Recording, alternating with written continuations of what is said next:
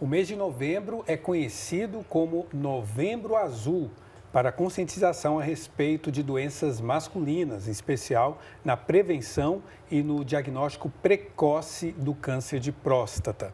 No Brasil, o câncer de próstata é o segundo mais comum entre os homens, ficando atrás apenas do câncer de pele.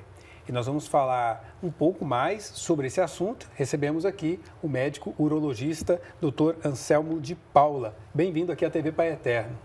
Bom dia, irmão Diego. Bom dia, Caísa. Como vão? Tudo bem? Agradeço o convite aí, a oportunidade de estar trazendo aí para os nossos telespectadores um assunto tão relevante, tão importante, principalmente nesse mês de novembro. Doutor Anselmo, um assunto relevante, importante, como você já disse, que ainda é tabu ou não? Muito, infelizmente, né? Nós ainda observamos uma grande resistência por parte de alguns homens, principalmente os homens que são um pouquinho mais idosos, com relação ao tema, né? Nós sabemos que os homens têm um pouquinho mais de dificuldade de procurar esse tipo de ajuda. Isso é muito mais comum nas mulheres, elas têm essa facilidade maior em buscar essa ajuda, mas os homens ainda têm um certo receio, um certo medo, e acho que um dos objetivos principais da campanha é a gente tentar quebrar isso daí. Caísa, é por isso que todos nós viemos de azul hoje. É verdade, estamos Olha combinando. Novembro Azul. Parabéns à produção, né, que nos organizou dessa forma. Muito bom. Mas, doutor Anselmo, o senhor fala aí do preconceito. Meu pai está assistindo e ele vai gostar dessa conversa. Porque parece que os homens se esquecem da importância do cuidado com o próprio corpo, com a saúde do modo geral, e especialmente da próstata. Então, explique para todos qual a função da próstata. Ótimo. É muito comum a gente começar falando de próstata e a gente nem sabe do que se trata ou o que é. Então, começar a explicação de que a próstata ela é um órgão exclusivo do sexo masculino. Apenas os homens têm próstata. E ela fica localizada logo abaixo da bexiga.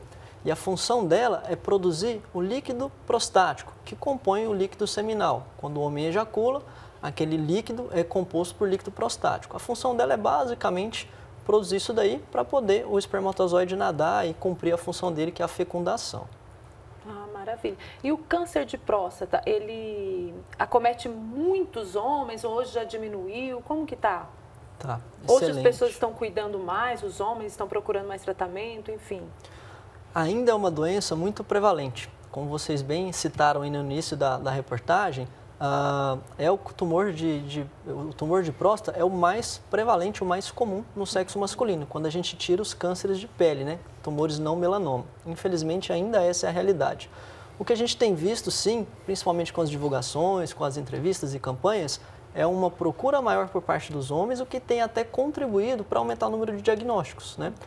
E o mais importante, diagnosticar de forma precoce, que é a melhor maneira de tratar. Esse tipo de câncer, ele tem sintomas antes, ou seja, o homem já vai percebendo ao longo da vida que está desenvolvendo a doença? Excelente pergunta, irmão Diego. Isso é muito importante a gente frisar bem, porque o câncer de próstata, a neoplasia maligna de próstata, ela inicialmente é assintomática. Ela não causa absolutamente nenhum sintoma. Então, nenhuma dor, nenhuma mudança no funcionamento da bexiga, nada? Nada. Por isso que é tão importante a gente partir para os exames de rastreio, que é tentar descobrir a doença em um momento no qual ela ainda não apresentou nenhum sintoma, certo? Por isso que é muito importante. Em casos mais avançados, quando o tumor ele já cresceu muito ou já saiu para fora da próstata, aí sim podem vir alguns sintomas, que aí é muito comum o paciente começar a ter sangramento na urina, sangramento no esperma. Quando ele sai da próstata e vai para os ossos, por exemplo, começa a ter dores nas costas, dores na bacia, enfim. Agora, uma coisa que é importante a gente deixar claro, a próstata ela é um órgão masculino e dentro dela a gente pode ter dois tipos de doença que são mais comuns. Um é o câncer de próstata e o outro é o inchaço da próstata, que a gente chama de hiperplasia prostática benigna. Essas doenças, apesar de estarem na próstata, no mesmo órgão, elas não têm relação uma com a outra. E esse inchaço da próstata também é muito comum em homens. E esse sim causa sintomas muito precoces, que são aqueles famosos sintomas de dificuldade para urinar. Às vezes o paciente vai ao banheiro, o xixi sai fraco, com a pressão baixa, né? Toda hora tem que ir ao banheiro fazer xixi, acorda várias vezes à noite para urinar. Esses sintomas eles são muito mais comuns no inchaço benigno da próstata, mas também podem acontecer no câncer em casos mais avançados só. E o câncer de próstata, ele tem uma idade que ele é mais, que acomete mais? A evolução da doença, ela é rápida ou é lenta? Porque às vezes a pessoa pode ter alguma coisa na próstata mais jovem, daí demorou a evolução e daí foi descobrir lá na idade adulta, mais velho, mais idoso, né? Como que é? Perfeito. Seguinte, na verdade, a idade é um fator de risco para o câncer de próstata. Então, quanto mais idoso é o paciente, maior a chance dele desenvolver a neoplasia maligna da próstata. A gente sabe que o pico de incidência, aquela idade mais perigosa, digamos assim, é entre 65 e 75 anos. Passou de 75, a chance diminui muito. Menos de 60, 65, a chance é pequena. Porém, o que a gente tem visto nos últimos anos é um número crescente, até assustador, de casos que são diagnosticados cada vez em homens mais jovens. Então, a gente está pegando muito homem de 50, 48, 45 anos que estão sendo diagnosticados com a doença. A gente tem visto isso. Em relação à evolução, quando a gente fala de câncer de próstata, a gente tem a imagem que é uma doença única, mas não é bem assim. Ela tem um espectro grande de doença. Nem todo câncer de próstata é igual. Então, a gente tem alguns tumores que são de baixa agressividade e crescimento muito lento. Então, tem tumor que fica 10, 15 anos e não tem problema nenhum. E já tem outros casos que são extremamente agressivos. O paciente, quando ele desenvolve a doença, cerca de 1, 2 anos depois, ele já pode progredir para uma doença mais grave. Então, é muito variado essa evolução. Tanto o inchaço benigno, que é a hiperplasia, não é isso? Hiperplasia prostática benigna. Exato. Quanto o próprio tumor, eles têm os exames para serem identificados, né? Não é um diagnóstico que é feito de forma, digamos, visual somente, como é o caso do câncer de mama, que era o outubro rosa, né? E existe um preconceito muito grande com relação aos exames, especialmente quando se fala do toque. Mas para chegar nesse exame, quais são os outros que são feitos antes pelos profissionais para ajudar o homem a descobrir essa doença? Tá. Então, para a gente fazer o rastreio do câncer de próstata, para tentar identificar ele de uma forma precoce, basicamente a gente usa 2 exames. O primeiro deles é um exame de sangue simples, que a gente chama de PSA. Uma coleta simples de exame de sangue, e a partir desse exame a gente vai ver se ele está muito alto ou não, para tentar descobrir se tem um risco maior ou não.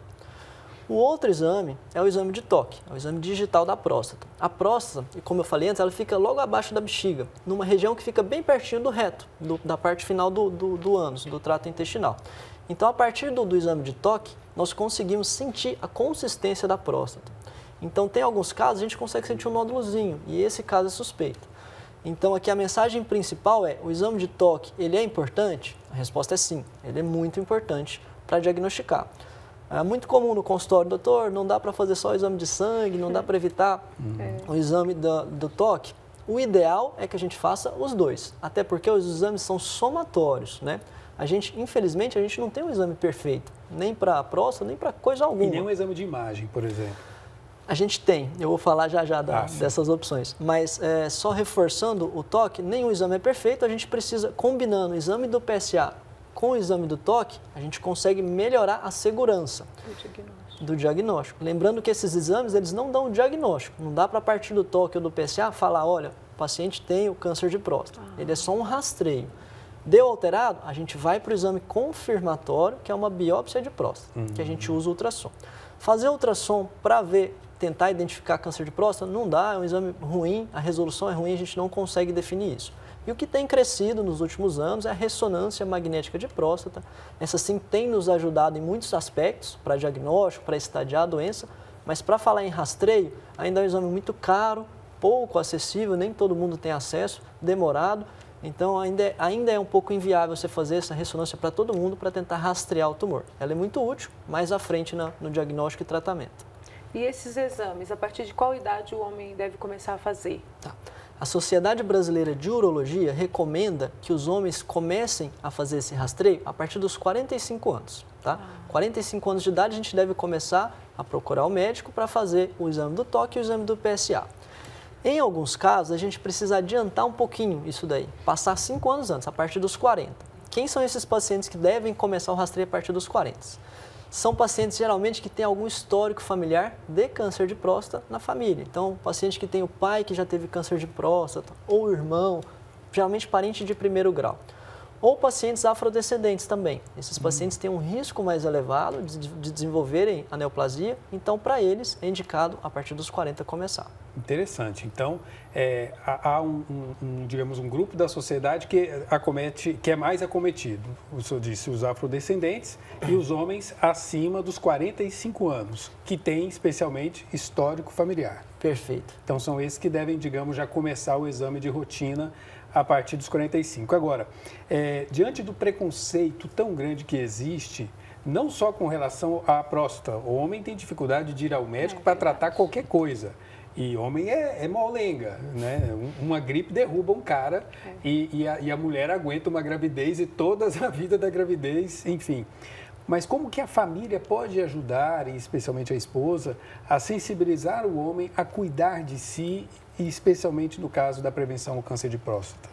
Eu costumo brincar até que Deus é tão perfeito que Ele incumbiu a responsabilidade da gestação e do parto para a mulher, porque a gente não conseguiria, não. Não tem estrutura para esse evento, nenhuma. Não. Mas, enfim, essa estrutura familiar, ela é fundamental, ela é imprescindível. O homem precisa muito do apoio feminino nesse sentido, demais. Isso é notório no dia a dia, no nosso consultório, a gente vê como que uma esposa atenta, uma mãe, uma filha, elas são muito importantes. Muitos dos meus pacientes, eu vou fazer um chute, acho que 30% a 50%, eles vêm ao consultório por conta da mulher, por conta dessa preocupação, por conta desse cuidado. Então, nós homens, às vezes, nós vamos deixando acontecer e a coisa vai passando. Uma mulher não, ela já tem esse cuidado que vem desde anteriormente, ela tem esse cuidado fino. E mulheres, vocês precisam ajudar os homens da família, enfim, os queridos, os entes queridos nesse aspecto. Isso é muito importante e principalmente também no diagnóstico, né? Caso o paciente tenha confirmação de uma neoplasia, uma notícia que abala qualquer pessoa, essa estrutura emocional que a gente encontra no seio familiar, ela é fundamental. Ela ajuda muito no tratamento, sem dúvida nenhuma. Antes da gente falar um pouquinho mais sobre o tratamento, doutor, várias patologias, né? A gente percebe que o fato de alimentação, não ter presença aí, do tabagismo, influencia muito. No câncer de próstata também tem essa influência? Também tem. Ela é menos presente no câncer de próstata. Uhum. Mas a gente tem estudos que comprovam que hábitos de vida saudáveis, praticar exercício físico de forma constante, evitar excesso de peso, diabetes, hipertensão, tabagismo, isso, quem tem esses maus hábitos, esses hábitos nocivos, eles têm um risco um pouco maior de desenvolver a doença sim. Isso é mais presente em alguns outros tipos de tumor, como tumor de intestino grosso, que é o tumor de cólon, tumor de bexiga, mas no câncer de próstata também é um fator de risco, sim. Entendi. Na nossa tela tem uma informação que é muito importante, que é: um homem morre a cada 38 minutos devido ao câncer de próstata, segundo o Instituto Nacional do Câncer, o INCA.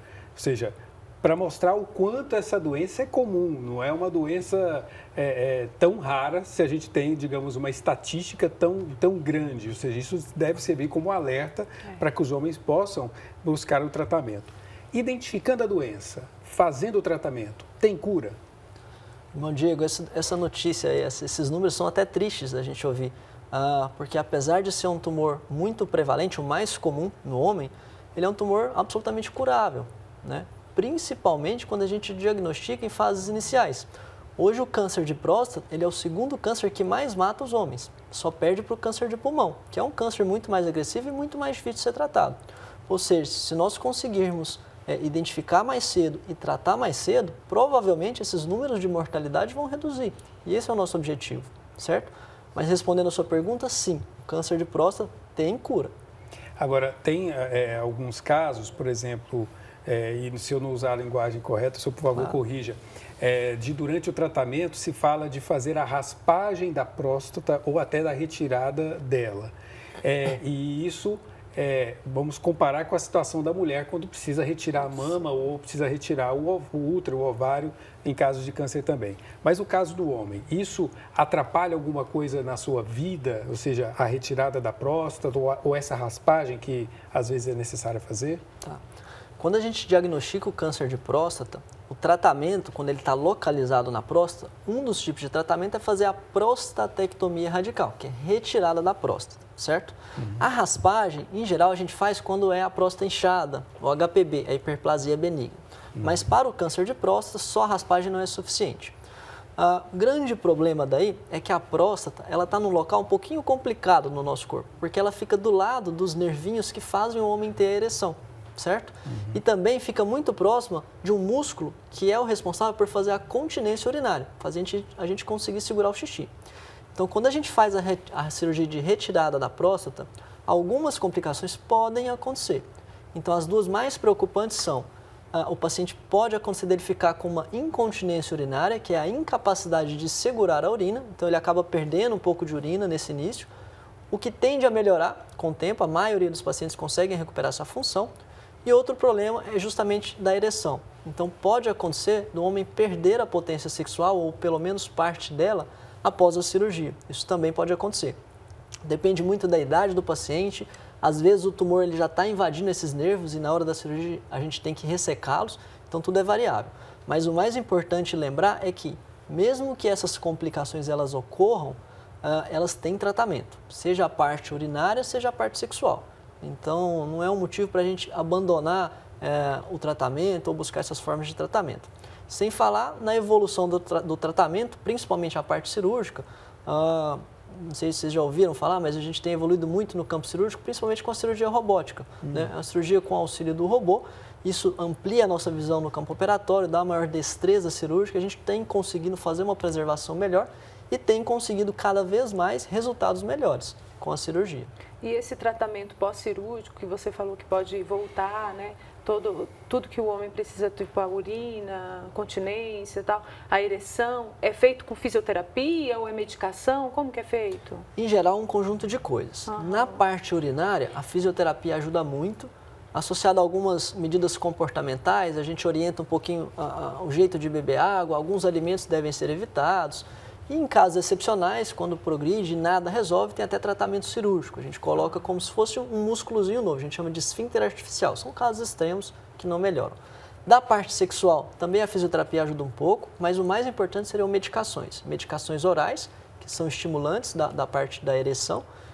Não tendo melhor, a gente progride para injeções, que são aplicadas no pênis para poder estimular essa ereção. Em casos que não tem resposta alguma, a gente ainda tem a opção de colocar uma prótese peniana para o paciente voltar às atividades sexuais dele. Nós estamos no Novembro Azul, falando da conscientização a respeito do cuidado da saúde do homem, especialmente do câncer de próstata, da prevenção dessa doença. Doutor Anselmo, quando falamos dessa grande mobilização, então nós temos, digamos, uma atenção especial. No serviço público, no Sistema Único de Saúde, como está sendo realizado esse atendimento para que os homens possam buscar esse atendimento durante essa campanha? Ótimo. Até vou aproveitar a oportunidade. Então, eu sou médico urologista do Hospital Araújo Jorge também. Então, só trazendo alguns dados desse ano e do ano passado, nós atendemos mais de 13 mil homens, né, o serviço de urologia, e fizemos mais de 1.200 cirurgias, tá? No serviço do Araújo Jorge. Então, nós estamos também de portas abertas lá para receber. Em geral, existe uma triagem na parte do SUS, o paciente passa em geral com um clínico geral, ele faz esse rastreio inicial e caso diagnosticado, seja feito o diagnóstico, eles são encaminhados principalmente para o Hospital Araújo Jorge. A gente tem uma boa estrutura ampla e consegue atender uma grande demanda dessa população. Fora isso, as campanhas que a gente tem feito e tentado divulgar, porque acho que a informação, principalmente nos dias de hoje, ela é muito poderosa. E nós, tomando posse desse tipo de informação, a gente consegue divulgar e procurar ajuda. Muito bem. Quero agradecer demais ao Dr. Anselmo de Paula, urologista, que trabalha, então, no Hospital Araújo Jorge, que é o Hospital do Câncer aqui de Goiânia. E é um serviço muito importante, né, que é prestado para as pessoas. Eu tenho um tio em tratamento lá e sei como é um tratamento delicado, exigente, mas que a equipe do hospital procura atender com muito carinho. Parabéns pelo trabalho, viu? Obrigado, Caísa. Obrigado, irmão Diego. Agradeço a oportunidade. Parabenizo também pela iniciativa, acho que é muito importante. Isso aqui é um grande instrumento de comunicação e é nosso dever também passar essa informação de qualidade, com paciência, com calma e informação para todo mundo. Muito E obrigada. vamos buscar novos momentos assim também. Muito obrigado. Estarei à disposição. Valeu Obrigado. demais. Um abraço.